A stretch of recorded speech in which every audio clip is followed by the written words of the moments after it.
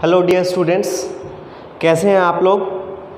Kinetics में हमने starting कर ली थी बहुत अच्छे तरीके से और उसमें रेट कांस्टेंट उसके बारे में भी मैंने बात करी थी। और हम अगर थियोरेटिकल रेट लिखते हैं तो उसको कैसे लिखते हैं, एक्सपेरिमेंटल रेट लिखेंगे तो उसको कैसे लिखेंगे, इन सब चीज़ों के बारे में थोड़ा डिस्कशन करना है। रेट कांस्टेंट की यूनिट क्या होती है, क्वेश्चंस कैसे करते हैं, इन सब चीज़ों के बारे में हमें डिस्कशन करना था।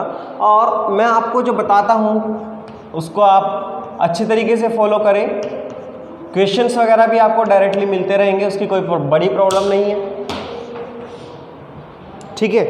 अब देखो, जो काइनेटिक्स के अंदर हम पढ़ रहे हैं, मैंने आपको बताया था कि क्वेश्चंस भी आपको सामने कराए हैं कि आपके सामने अगर कोई भी केमिकल रिएक्शन होगी, दुनिया में कोई भी केमिकल रिएक्शन अगर होती है तो वो किस फॉर्म में होगी, एक तरफ रिएक्टेंट होंगे और दूसरी तरफ प्रोडक्ट्स होंगे, इसमें कोई प्रॉब्लम नहीं है। हम केमिकल रिएक्शन के अंदर ये भी लिखते हैं कि उसकी स्टोइचियोमेट्रिक कोएफिशिएंट, या मैं कह सकता हूँ कितने नंबर ऑफ मोल्स से रिएक्ट करेंगे और उससे कितने number of moles as a में प्रोडक्ट फॉर्म होंगे। तो मैं अगर किसी भी मॉलिक्यूलर रिएक्शन के बारे में लिखूं, कोई भी केमिकल मॉलिक्यूलर रिएक्शन अगर मुझे लिखनी होगी तो मैं कैसे लिखूंगा। देखो, अगर मेरे पास कोई भी केमिकल रिएक्शन लिखनी होगी तो कैसे लिखूंगा, मैं लिखूंगा A plus B gives what C plus D, कुछ इस तरह से लिखूंगा। यहां तक किसी को कोई प्रॉब्लम, कोई भी दिक्कत, कोई भी प्रॉब्लम है क्या, बताओ।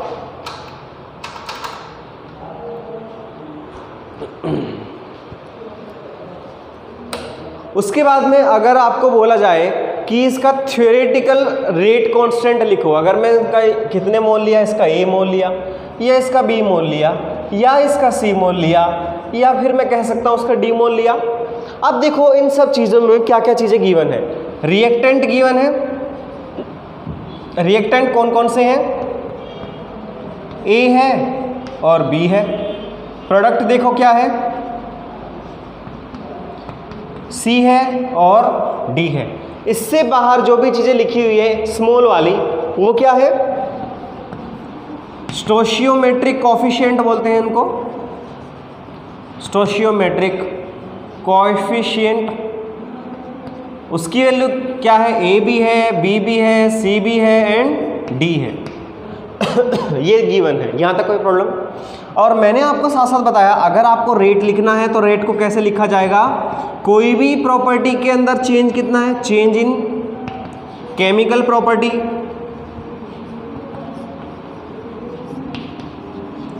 पर यूनिट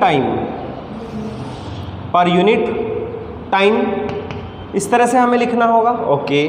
और मैंने आपको ये भी बताया, अगर मुझे रेट लिखना होगा तो कैसे लिखूंगा मैं रेट को कैसे लिखूंगा, 1 स्टोइचियोमेट्री इनटू, या तो रेट ऑफ अपीयरेंस भी हो सकता है या फिर रेट ऑफ डिसअपीयरेंस भी हो सकता है with respect to any species, कोई भी अगर उसमें गिवन है उसके रिगार्डिंग, ऐसे में लिखा जाऊंगा। यहां तक सब चीजें समझ आ गई। मेन रिएक्शन है आपकी ये, ऐसा लिखा जाता है। ये सब चीजें जो है वो थ्योरेटिकल बारे में है, थ्योरेटिकल रेट के बारे में है।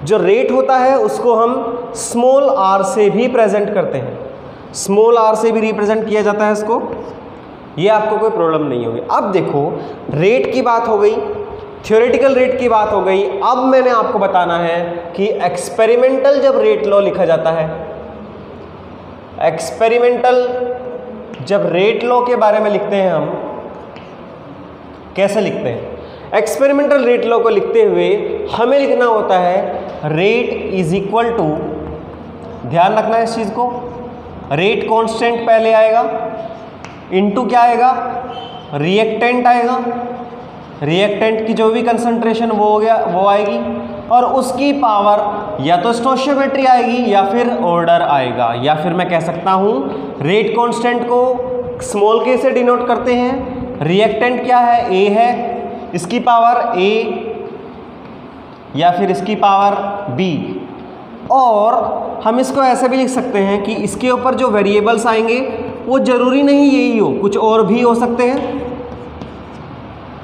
और अल्फा और बीटा क्या है, अल्फा एंड बीटा क्या है, एक्सपेरिमेंटल वेरिएबल है, एक्सपेरिमेंटल वेरिएबल है, एक्सपेरिमेंट करने के बाद में हमें पता चलता है कि अल्फा की वैल्यू क्या आएगी। आगे इससे ही पूछते हैं कि बीटा की वैल्यू क्या आएगी। समझ आ रही है क्या बात? जब हम रेट को लिखते हैं, ये एक्सपेरिमेंटल रेट लो है, एक्सपेरिमेंटल रेट लो बोला जाता है इसको, ठीक है। अब देखो, अगर मुझे बात करनी है मोलिकुलैरिटी की, तो वो A+B के बराबर होती है। अगले लेक्चर्स के अंदर भी आप इस चीज़ को बाद में सीखोगे भी। और अगर मैं अल्फा प्लस बीटा इनकी बात करूं तो इसको बोलते हैं हम ऑर्डर ऑफ रिएक्शन। समझ आया क्या? कैसे बोला जाता है, कैसे देखा जाता है? एक्सपेरिमेंटल रेट लो और थ्योरेटिकल रेट लो को कैसे हम लिखते हैं, कैसे डिफरेंशिएट करते हैं। ये क्या चीज़ है? थ्योरेटिकल रेट लो है ये, और वो एक्सपेरिमेंटल रेट लो है। दोनों चीज़ें हैं, बहुत अच्छे तरीके से समझ आ गई होंगी आपको। नोट कीजिएगा, नोट करो उसका, उतना नोट करो।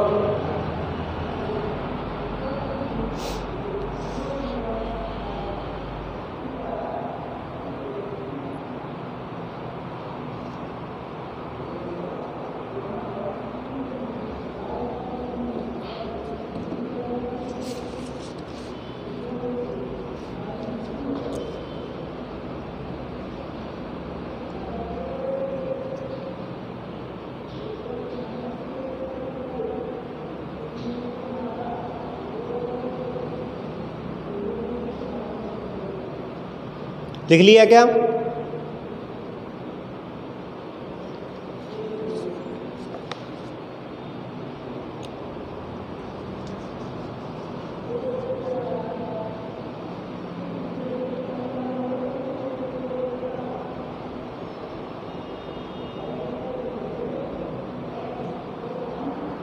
ये समझ आ गया?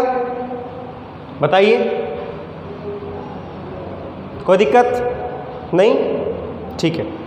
अब देखो, अगर आपको ये चीज़ समझ आ गई तो एक्सपेरिमेंटल जो रेट लो है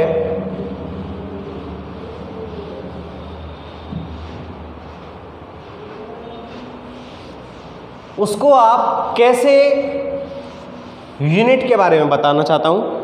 जो रेट कांस्टेंट है उससे एक्सपेरिमेंटल रेट लो से जो रेट कांस्टेंट निकल के आता है उसकी यूनिट कैसे निकालते हैं देखिएगा। तो unit of rate constant, rate constant की यूनिट क्या होंगी उसको अभी आप देखो कैसे, आइए जानते हैं। ठीक है, देखिए कैसे करेंगे। रेट कांस्टेंट की जब भी यूनिट लिखी जाएगी तो उससे पहले आप एक्सपेरिमेंटल रेट लो दिखेंगे। एक्सपेरिमेंटल रेट लो के अंदर ही आता है, वो एक्सपेरिमेंटल रेट लो के अंदर आता है। तो एक्सपेरिमेंटल रेट लो को कैसे लिखते हैं हम? रेट या फिर स्मॉल आर से जो डिनोट करते हैं, is equal to rate constant into concentration की पावर, ऐसे होगा। एन क्या है यहाँ पे? ऑर्डर है। और अगर मैं निकालूं इसको, रेट को क्या लिखते हैं? मोल पर लीटर पर सेकंड, ऐसे लिखा जाता है। के की यूनिट हमें निकालनी है, कंसंट्रेशन की यूनिट क्या होती है? मोल पर लीटर। समझ आया क्या? इतनी चीज समझ आई? अब देखो, अगर मुझे के की वैल्यू निकालनी है तो कैसे आएगी? मोल पर लीटर, इसकी पावर 1 है, ये उधर जाएगा तो -1 n आ जाएगा और सेकंड इनवर्स। तो जो यूनिट ऑफ के आएगी वो निकल के आएगी ये, नोट करो उसको इतना।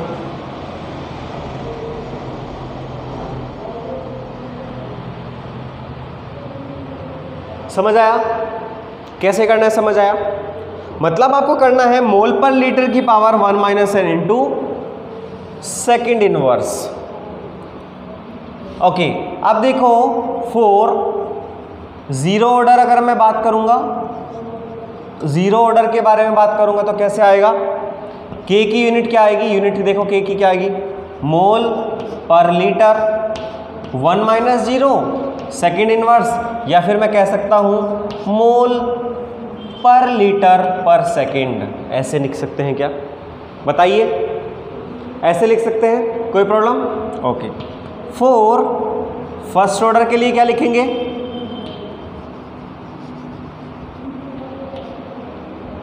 बताओ क्या लिखेंगे फर्स्ट ऑर्डर के लिए? के की वैल्यू क्या आएगी? मोल पर लीटर 1 - 1 सेकेंड इनवर्स, या फिर कह सकता हूं सेकेंड इनवर्स, इसकी पावर 0 मतलब 1। देखो आया। अब देखो 4 सेकेंड ऑर्डर क्या करेंगे? 4 सेकेंड ऑर्डर क्या करने वाले हैं हम?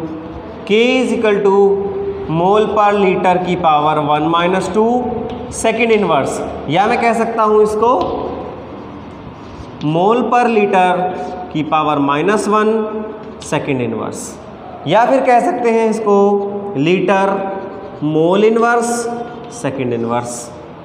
समझ आ गया? ऐसे ही आप थर्ड ऑर्डर के लिए निकाल सकते हो, किसी भी ऑर्डर के लिए दुनिया के आप जो है निकाल सकते हो। Generally first order, zero order, second order और थर्ड ऑर्डर ही जनरली होते हैं। नोट कर लो इसको।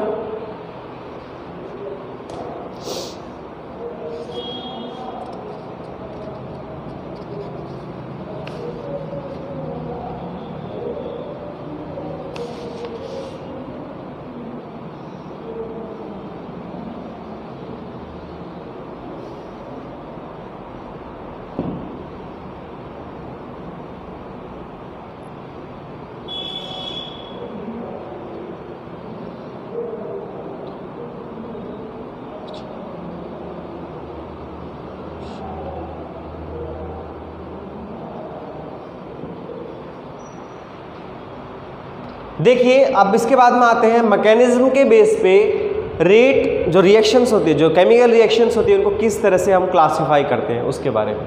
ठीक है,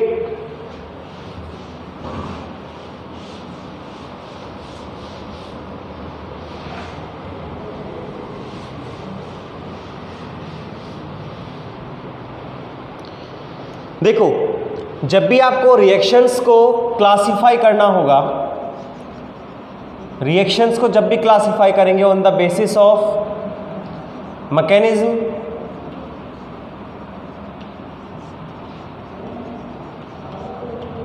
तो आप कैसे करेंगे उसको? आप बोल सकते हैं मैकेनिज्म के बेस पे रिएक्शंस को बोल सकते हैं आप कैसे? एक तो सिंगल स्टेप रिएक्शंस या फिर एलिमेंट्री रिएक्शंस बोलते हैं, एलिमेंट्री रिएक्शंस। दूसरा क्या होगा? Complex reactions, complex reactions. दो तरीके से क्लासिफाई किया जा सकता है, नोट कर लो इसको यहां तक। अब देखो एलिमेंट्री रिएक्शन हेडिंग डालिए आप।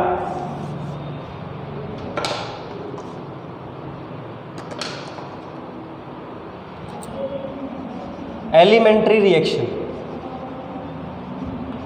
एलिमेंट्री रिएक्शंस कैसे होंगी, क्या होगी, वो भी देखते हैं। ठीक है, कैसे होगी, क्या होंगी, वो देखते हैं। देखो जब भी कोई भी केमिकल रिएक्शन अगर होगी, मेरे पास अगर A + B है और उससे कोई प्रोडक्ट बनता है, अगर ये सारी की सारी आपकी एक सिंगल स्टेप में हो जाए, एक ही स्टेप में हो जाए, और जब भी आप ऑर्डर लिखोगे, जब रेट लॉ लिखोगे, तो रेट लॉ के अंदर जब लिखोगे तो जो रिएक्टेंट की कंसंट्रेशन है वो इसकी स्टोइचियोमेट्री के ही इक्वल आएगा, तभी इसको बोला जाता है हम एलिमेंट्री रिएक्शंस। तो लिखिए the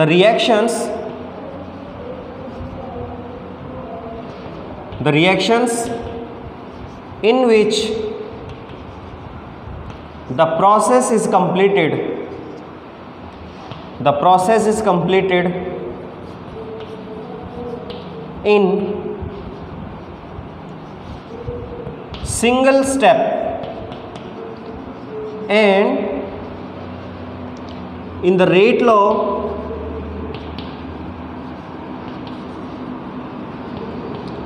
the rate is directly proportional to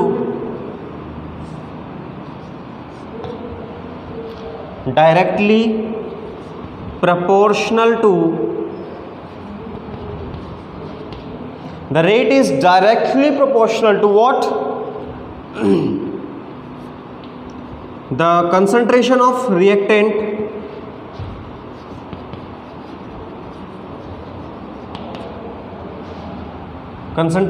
reactant with same stoichiometric coefficient। ठीक है, कैसे मतलब वो मैं बताता हूं। रेट ऐसे इक्वल होगा रेट कांस्टेंट इंटू ए की पावर 1 है यहाँ पे तो 1 ही आएगा, बी की पावर 1 या फिर बोल सकता हूं के इंटू ए इंटू बी। नोट कर लो इसको।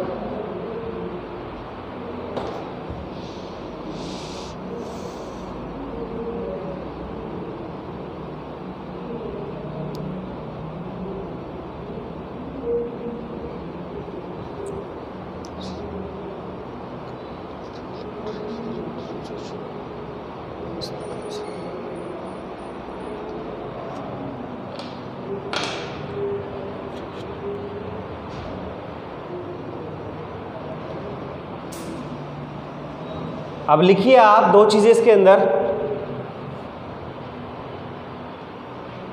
फॉर एलिमेंट्री रिएक्शंस क्या होगा, the order can never B, ये आपको याद रखना है, can never B fractional.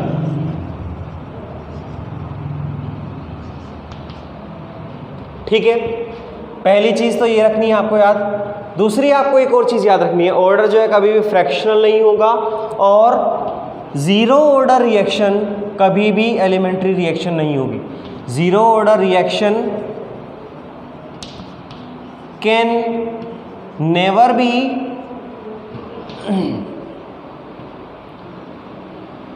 Elementary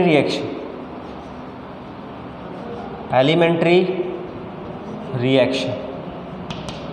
समझ आया क्या दोनों चीजें, किसको हम एलिमेंट्री बोलेंगे किसको नहीं बोलेंगे। अब इसके बाद में हम बात करेंगे कॉम्प्लेक्स रिएक्शंस के बारे में, तब तक आप इतना नोट करो, उसके बाद में आगे बढ़ेंगे।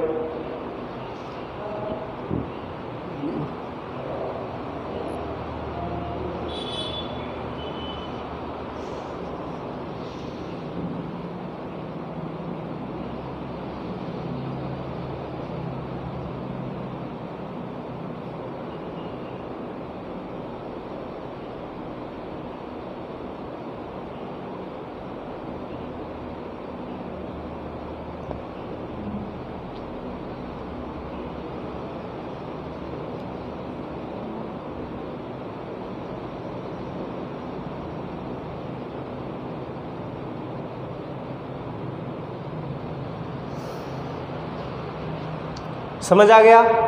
कुछ नहीं है, अगर आपके पास में सिंगल स्टेप में कोई रिएक्शन होती है तो उसको एलिमेंट्री या फिर सिंगल स्टेप रिएक्शन भी बोलते हैं, इसको सिंगल स्टेप रिएक्शन भी बोला जाता है। ठीक है, अदरवाइज जो है वो दूसरे टाइप की रिएक्शंस होंगी, कैसी होंगी वो भी देख लेते हैं।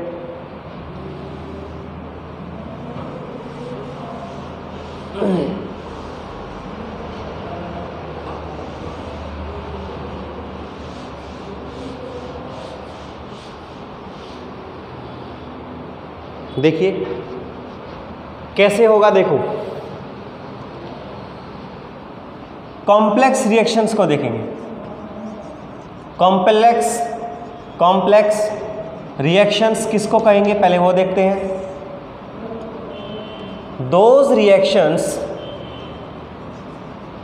जो मल्टी स्टेप्स में होंगी, those reactions which will be completed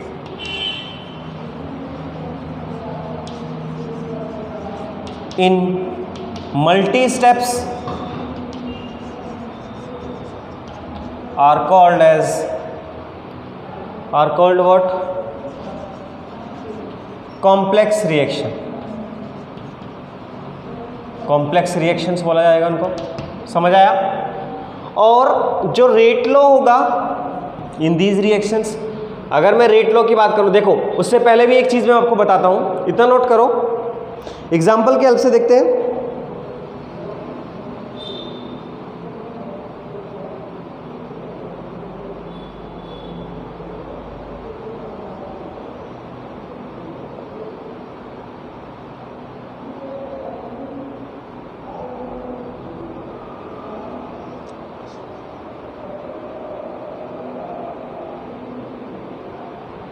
आपके सामने 2NO2Cl2, 2NO2Cl gives 2NO plus Cl2। अगर इस तरह से कोई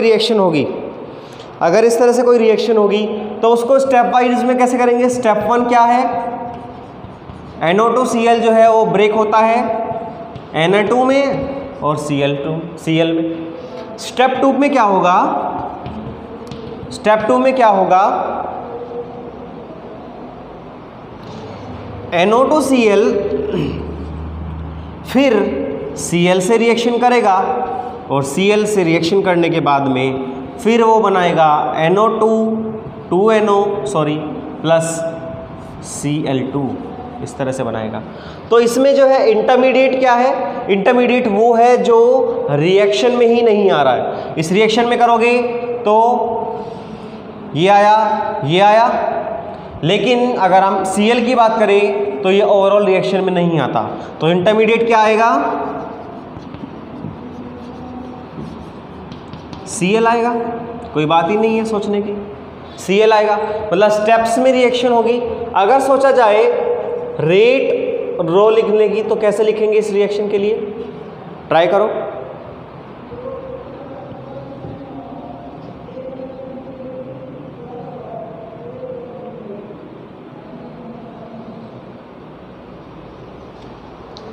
इसके लिए आपको पता होना चाहिए जब भी रेट रो लिखा जाएगा तो वो स्लो स्टेप से लिखा जाएगा। ये इसमें स्लो स्टेप है, ये इसका एक फास्ट स्टेप है। तो लिखिए rate of the reaction, rate of this type of reaction is governed bye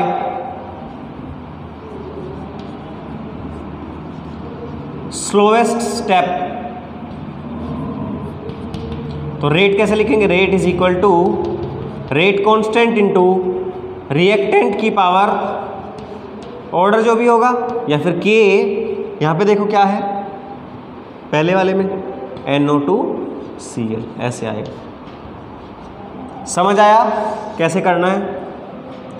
complex reactions के लिए हमेशा मल्टी स्टेप रिएक्शंस होंगी। पहली बात तो मल्टी स्टेप्स रिएक्शन होगी। दूसरी बात क्या है? जब भी रेट देखेंगे तो हम स्लोएस्ट स्टेप से ही देखेंगे। बस ये दो चीज़ें देखनी है इसके अंदर, नोट कर लो।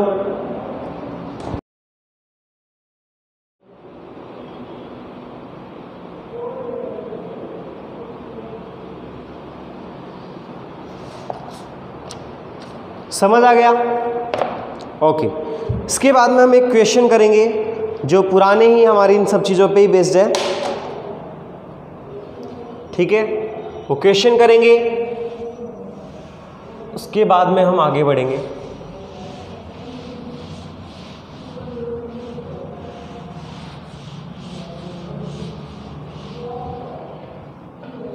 ठीक है, कैसे करेंगे क्वेश्चंस को? क्वेश्चन भी देख लीजिए। क्या क्वेश्चन गिवन है? आया भी है पहली बार, पहले आया भी है। तो देखो डाई नाइट्रो पेंटॉक्साइड ये जो है ये डिकम्पोज होता है as follows, decomposes as follows. कैसे? देखो N2O5 gives 2NO2 plus half O2।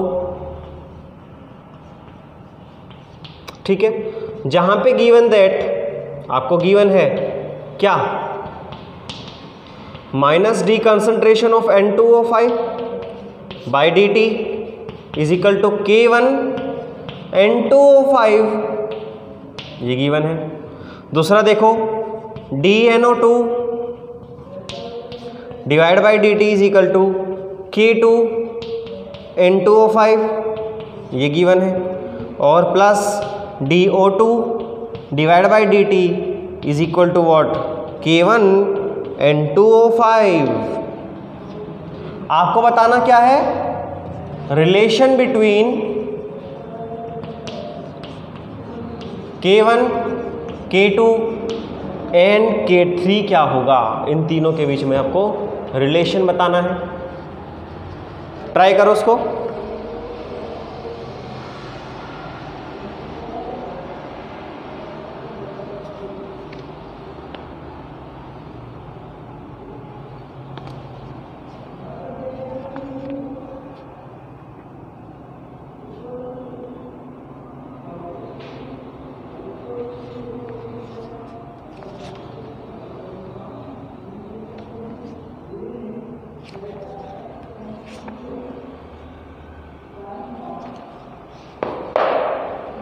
Try करो।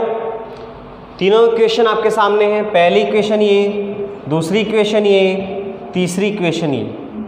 तीन इक्वेशन दी हैं K1, K2, K3, तीनों में रिलेशन बताना है।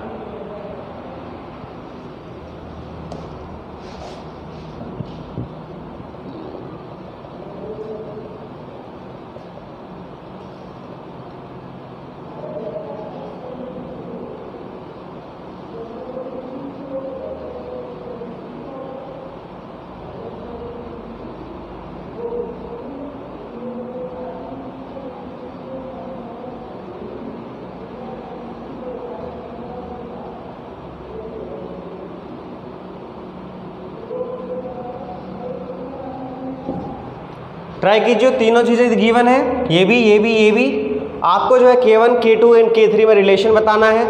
रेट लो पे दोनों के दोनों रेट लो आप लगाएंगे तो क्वेश्चन आपसे हो जाएगा। ट्राई करो।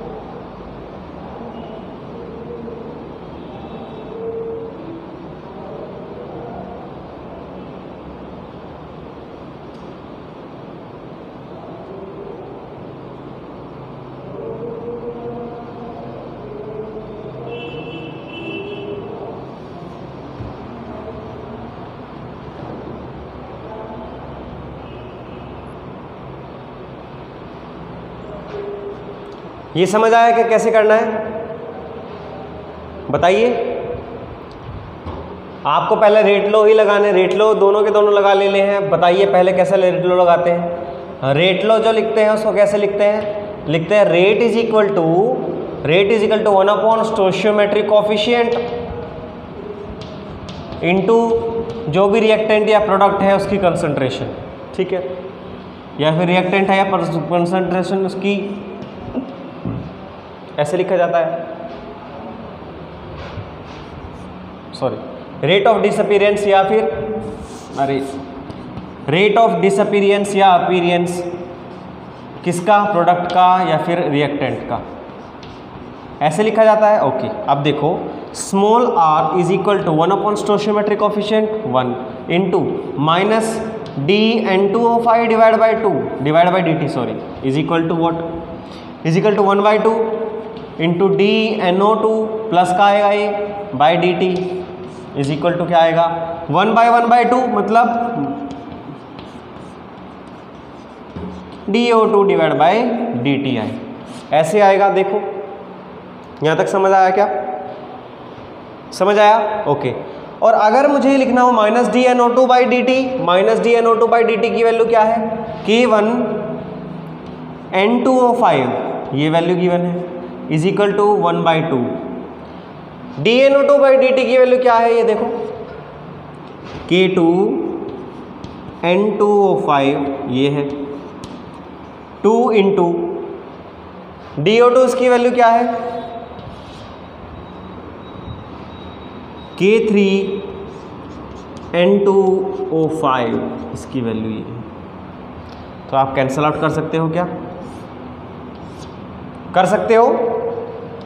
कोई प्रॉब्लम नहीं है? ओके, तो आप देखो अगर आपको कोई प्रॉब्लम भी नहीं है तो उसके बाद में आपको लिखना कैसे है? वैल्यू क्या निकल के आई? यहाँ पे निकल गए K1 is equal to 1/2 K2 is equal to 2 K3, ये वैल्यू निकल के आती है इसकी। ये इन तीनों के बीच में रिलेशन है, ये इसका आंसर हो गया।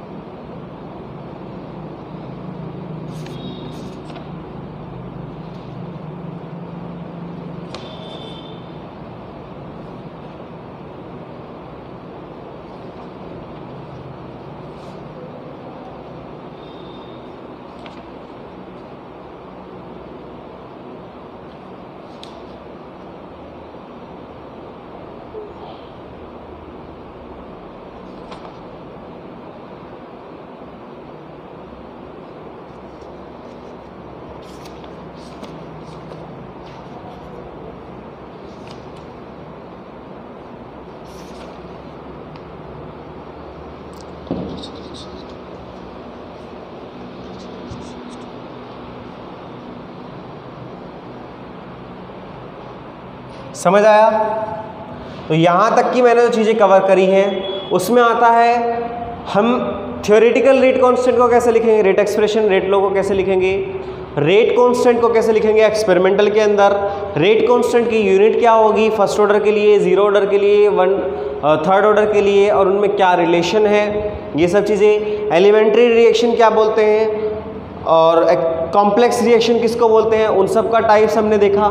ये सारा का सारा जो है फिनिश हो जाता है आज के लेक्चर के साथ। तो आज के लेक्चर में हमने सारा कुछ डिस्कशन किया है केवल इन सब चीज़ों के बारे में कि आपके पास में कोई भी रिएक्शन होगी तो उसको आप रेट लॉ में कैसे लिखेंगे, थ्योरेटिकल और एक्सपेरिमेंटल। इतना एक चीज़ हो गई।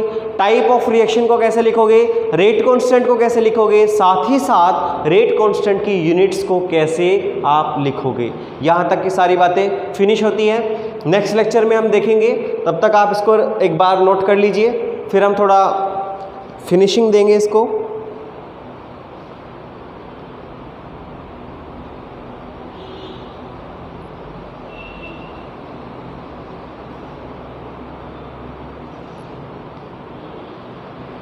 तो इन सब चीज़ों के साथ में आप जो कनेक्ट कर सकते हैं नेक्स्ट लेक्चर्स के साथ में, आगे जो भी लेक्चर्स होने वाले हैं या फिर हो रखे, तो आप जो है जितनी भी चीज़ें आपको पढ़ाई गई हैं उनको एटलीस्ट एक बार अच्छे से रिवाइज़ करके इनके शॉर्ट नोट्स बना के रखिए अपने पास में, ठीक है। उसके रिगार्डिंग जितने भी आपके पास क्वेश्चंस होंगे आप उनको ट्राई कर सकते हैं, हमारे यहाँ से भी आपको क्वेश्चंस मिलेंगे, उनको भी आप ट्राई कर सकते हैं। तो सारा का सारा मिला के सब कुछ अच्छे तरीके से पढ़ के यहाँ तक की जितने भी चीज़ें थी वो सारा का सारा अपने आप कवर करके रखिए। ये सब एक बड़ा पोर्शन फिनिश होता है जो रेट लॉ के बारे में हमें बताता है। उसके बाद में जब हम आगे जाते हैं तो हम सीखते हैं कि जो ऑर्डर है वो कितने टाइप का हो सकता है, हर एक के बारे में, zero order, first order, second order, उसमें मोल्स में चेंज करेंगे तो क्या होगा, वो सब चीज़ें हमें आगे आगे आते रहेंगी, सब चीज़ें हम काइनेटिक्स के बारे में जानते रहेंगे। लेकिन उससे पहले की जो भी चीज़ें ये हैं वो एटलीस्ट आप सारा का सारा कवर करके रखिए, जब नेक्स्ट लेक्चर में मिले तो आपको ये कुछ भी नया नहीं लगना चाहिए, ठीक है। Thank you so much, have a nice day.